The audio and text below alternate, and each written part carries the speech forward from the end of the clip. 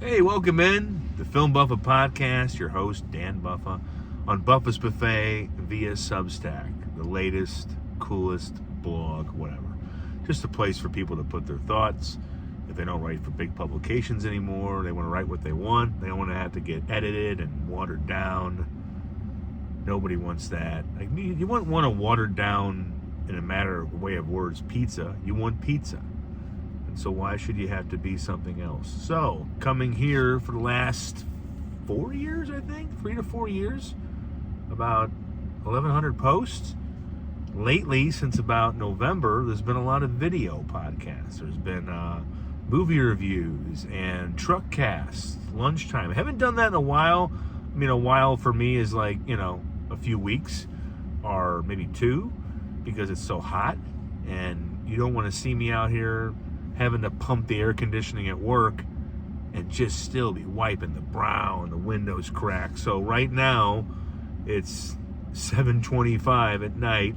The air is on. I have had this truck pointed towards Amigo Joe's, which is just always within a walking distance for me, just to destroy some nachos. And then Ryan's Pub across the street, and then make the circle back to the apartment before you pass out. That's the plan.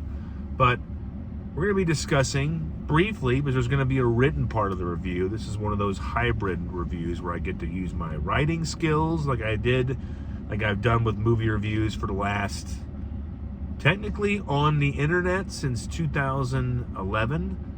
2012 is when a couple buddies and myself, created the filmaddict.com website that got us on the screening press list. And then I stayed on it for a while. I'm still on it. Used to be in 2 film groups. I'm not in them anymore. Well, I'm an associate member of the Critics' Choice Awards Association. I'm not a voting member. So not in the St. Louis Film Critics Association anymore. I did that for about 7-8 years, and then it just wasn't watching enough. Didn't love everybody in the group. Again, you don't want to have, kind of like back to the beginning of this podcast, you don't want to be anything but yourself. Like, if you're a pizza, you want to be you. You don't want to try to make something that's best for everybody around you. You want to deliver what you think. If you're writing opinions, you want to write the way you should be writing, and you want to be able to present those in a way. So I got a little tired of the group, but being an associate member of CCA allows me to view all the movies at the end of the year. So there's a Roku app that I get, a Critics' Choice CCA screening app that has not every movie, but about 80%, 75% of all the movies, especially ones that want to be judged for awards. And so I did that. And so that was in 2017, 18, and then that kind of came together. But I've been writing about movies online for about 15 years. So this is going to have about a 500-word review, and then we're going to discuss Christopher Nolan's The Odyssey. Came out today, full day of shows. It's a 3-hour movie. The big 2 parts of this podcast, the video part of it, really, at least I laid this hook at the end of the written part on the page, is that, number 1, should you have read or looked up or read over or skimmed The Odyssey, Homer's The Odyssey, before you watch this movie? Number 2, does the 3-hour runtime hinder the enjoyment of the movie?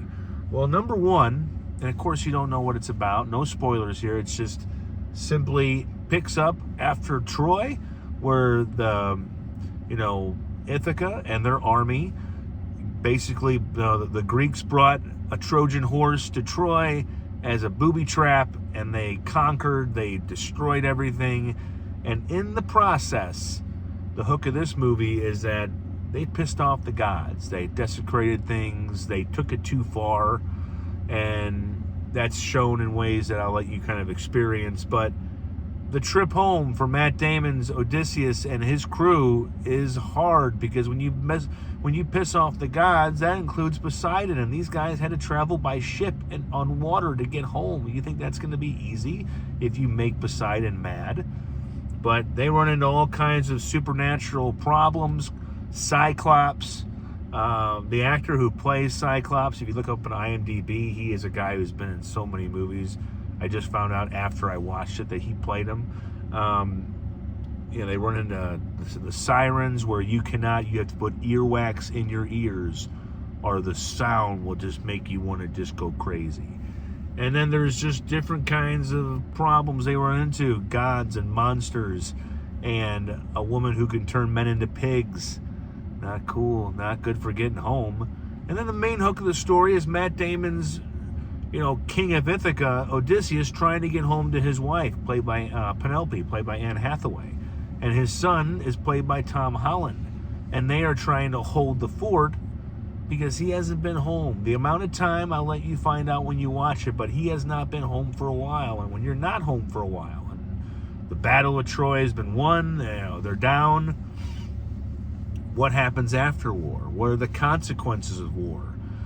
What happens when the victors come to enjoy their spoils where the king has not returned and they enjoy it for too long? Robert Pattinson is somebody you want to strangle in this movie because he is trying to be a potential suitor. And it's kind of like Spider-Man going up against Batman, telling Batman, you can't screw my mom, bro.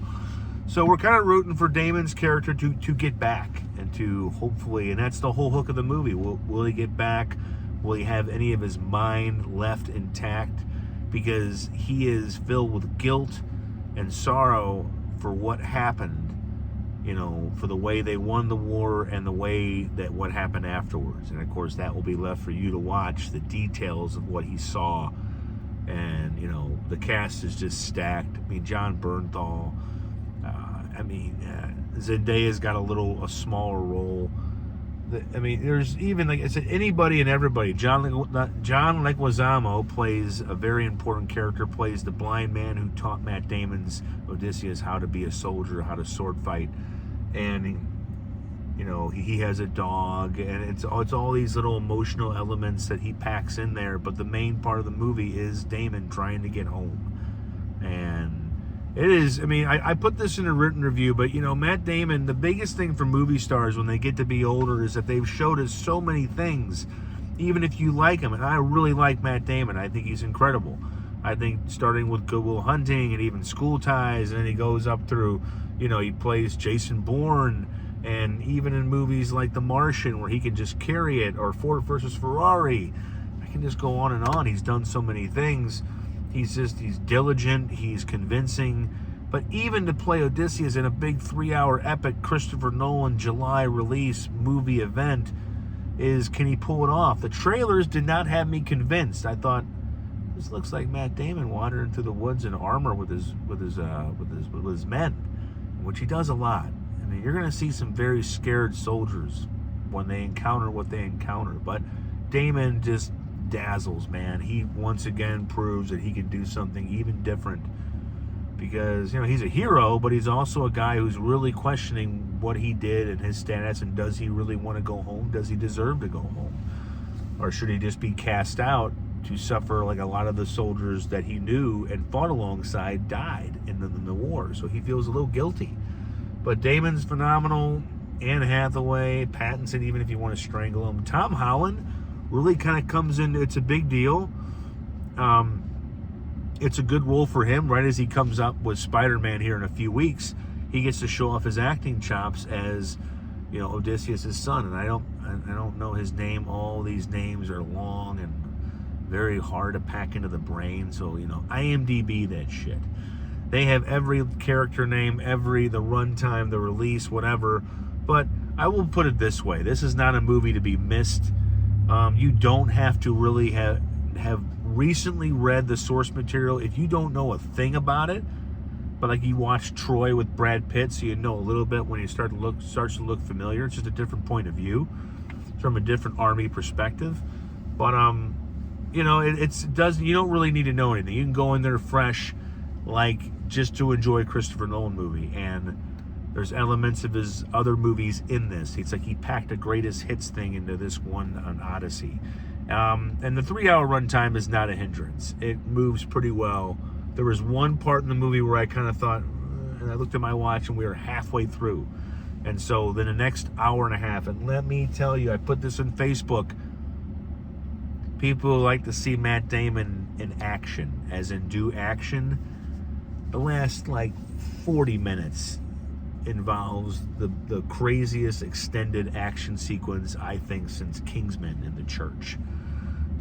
So just stick around for that. This movie has a payoff. I won't tell you anymore, but to think 3-hour movie, is there going to be a really big, is he just going to wander into his castle? Hey, I took the long way home. Man, where is the ranch? But no, I mean, there is a payoff. There is a battle of many different elements and kinds and meanings, and it packs a punch. So big thumbs up to Christopher Nolan's The Odyssey. It is probably one of his best yet. I can only think of a handful of his movies that are better than this one. So read the rest of the review. Hope you enjoyed this video podcast. I have to get pizza into my kid because he is hungry, and he just texted me, hey man, when you're done playing Truckcast Film Critic, can you please give me my pizza? From Bud's Pizza, by the way, South Kings Highway. Look it up. They play movies at their bar and sell sports. So, The Odyssey, big thumbs up. Have a good weekend. Do something fun. Don't worry about everything for once. It's going to be okay. Buffa said so.